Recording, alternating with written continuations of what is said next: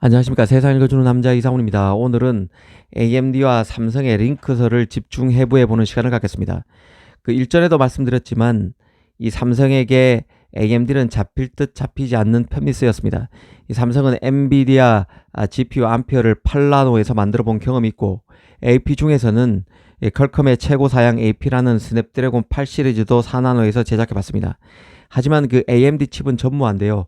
이 CPU에서는 인텔, GPU에서는 엔비디아를 추격하는 업체로서 삼성 파운드리가 한번 만들어 봄직한 칩인데도 성과가 그간 없었습니다.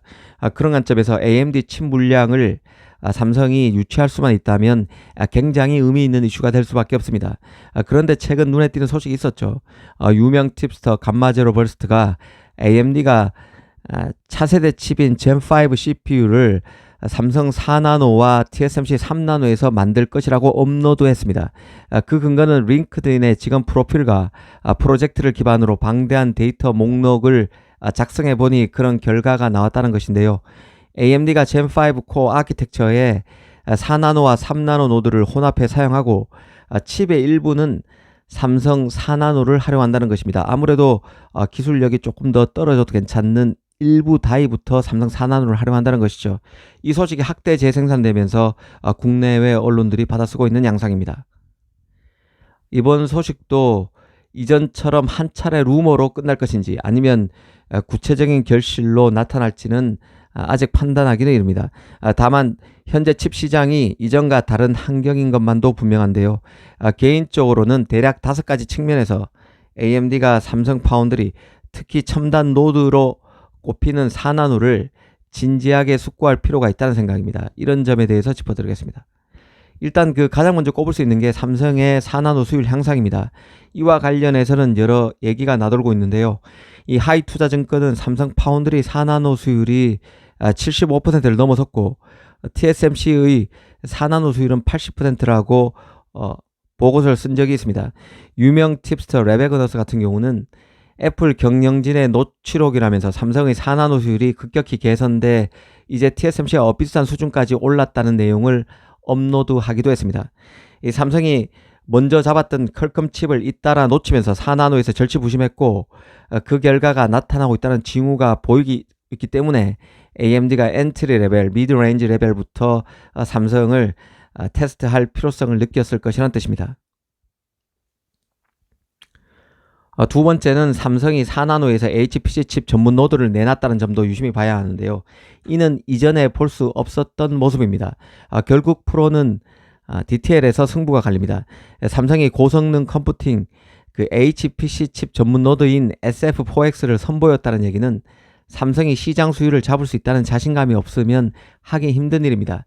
실제 삼성은 미국 AI 칩 업체인 그로크, 캐나다 업체인 텐스토렌트를 고객으로 잡았습니다. 그로크 칩 같은 경우는 텍사스주 테일러 공장 4나노에서 만들고 빠르면 내년 2024년 하반기부터 최대 60만 개 수준에서 칩을 생산한다는 스케줄도 나왔습니다. 이 삼성 입장에서는 AI 시장 붐을 맞아서 이 시장에 뛰어들고 있는 스타트업체부터 잡아서 미래 고객을 확보하는 한편 칩 생산 노하우와 수율을 더 끌어올리는 전략을 쓰고 있다고 봐야 합니다. 종국에는 AMD, 엔비디아와 같은 대형 팹리스 칩 물량을 수주하기 위한 길로 봐야 할 것입니다. 이 복잡한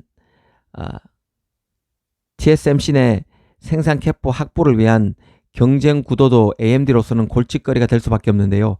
AMD 입장에서 답답한 것은 애플뿐만 아니라 지금 엔비디아마저 TSMC 라인 입도 선매에 나섰고 인텔도 외부 파운드리 물량을 TSMC에 의존하면서 본격적으로 AMD를 압박하는 상황입니다.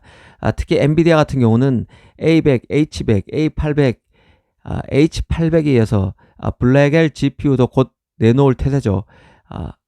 첨단 GPU가 풍기를 빚을 만큼 잘 나가서 지금 리드 타임이 1년이 걸린다는 얘기까지 나오고 있습니다. 슈퍼 한런의 재가동 가능성도 있는 상태입니다. 인텔도 AMD 입장에서는 골치인데요.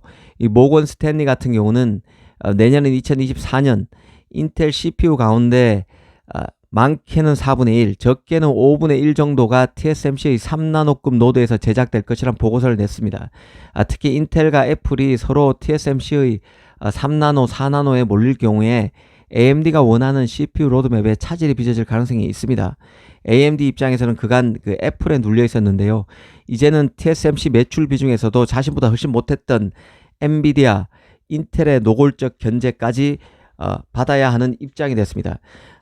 리사수 AMD CEO가 내년에 나올 3나노 CPU 젠5 출시를 앞두고 CPU를 구성할 몇 개 다이에 대해서는 삼성에 맡기는 이원화 전략에 대해 고민을 하는 것도 이런 상황과 무관치 않을 것으로 봅니다. 이 네 번째는 가격적 측면인데요. 아시다시피 5나노의 웨이퍼 장당 가격은 16,000달러인데 TSMC의 3나노는 2만 달러에 이릅니다. 이 현상을 팹리스 입장에서 보면 절대적으로 깝깝한 상황입니다. 파운드리에 지어줘야 하는 돈은 크게 뛰고 있는데 첨단 노드 활용에 따른 칩 성능 체감은 쉽지 않습니다. 이 과거만 해도 제작 노드가 개선되면 CPU, GPU가 1세대 전보다 속도 등에 있어서 개선세가 확연했지만 이 첨단 노드가 극한으로 치달으면서 직전 제품보다 20% 성능 향상도 쉽지 않은 상황입니다. 그런데도 칩 제작 환경이 고비용 구조로 변모하면서 파운드리는 제작 단가를 수시로 올리고 있습니다. 팹리스 입장에서는 부담이 눈덩이처럼 커진다는 얘기죠. 이 때문인지 TSMC가 애플의 3나노 공정 이용 가격으로 웨이퍼 장당 가격이 2만 달러가 아니라 17,000달러를 표준 가격으로 제시했다는 소식도 있었습니다. 이게 다 수율과도 연동된 문제죠. AMD 입장에서는 삼성 파운드리를 활용하면 경쟁력을 배가하는 데 유리할 수 있습니다. TSMC보다는 라인 활용 가격이 더 싸기 때문입니다. 이 마지막으로 3나노, 2나노로 넘어가기 위한 포석도 AMD 전략에 깔려 있다는 판단인데요. 아시다시피 삼성은 3나노부터 게이트 올라라운드로 트랜지스터 구조를 바꿨습니다. TSMC, 인텔은 3나노까지는 기존 핀펫을 고수합니다. 이 3나노에서도 TSMC가 앞서 나가고 있지만 이전 노드 대비 삼성과의 격차가 많이 줄었다는 얘기가 많습니다. AMD 입장에서는 4나노부터 삼성을 테스트하고 괜찮으면 3나노에도 일정 물량을 맡겨볼 가능성이 있다고 봅니다. 삼성의 경우는 먼저 매를 맞은 케이스입니다. 이 3나노부터 트랜지스터 구조를 바꾸면서 큰 변화를 수용했기 때문에 2나노까지 진화하면 공정이 안정화 단계에 접어들 수 있습니다. 반면 TSMC는 2나노에서 변곡점을 맞게 됩니다. 라인 안정성이 흔들릴 여지가 커진다는 뜻입니다. 리스크 해지 차원에서 AMD가 삼성을 테스트볼 여지가 있습니다. 사실 AMD의 삼성 파운드리 활용은 해묵은 이슈입니다. JP모건 같은 경우는 지난해 벌써 일찌감치 AMD가 2023년 아니면 24년에 3나노 기반 GPU와 CPU 생산을 위해서 삼성과 협력할 가능성이 있다는 보고서를 내기도 했었는데요. 그때 언급했던 제품은 크롬북용 CPU와 GPU였습니다. 이제 2023년은 거의 끝났습니다. 내년은 달라질 수 있을까 관심을 가질 수밖에 없을 것으로 봅니다. 이 AMD 입장에서 보면 파운드리 생산 캐파 확보 때문이든 아니면 3나노, 2나노 너머를 고려해야 하는 전략적 판단 때문이든 자신의 프로세스에서 일부를 떼서 다른 파운드리 외주를 줘야 한다면 부담이 덜한 물량부터 삼성에 맡기는 선택을 할 가능성이 있습니다. 도전자인 삼성으로서는 CPU, GPU 생산 물량을 확보하는 게 급선무입니다. AMD 물량을 초부적 수준이라도 맡아서 AMD와 신뢰관계를 더 쌓아야 한다는 뜻입니다. 오늘은 AMD와 삼성의 4나노 링크설의 배경을 한번 짚어봤습니다. 감사합니다.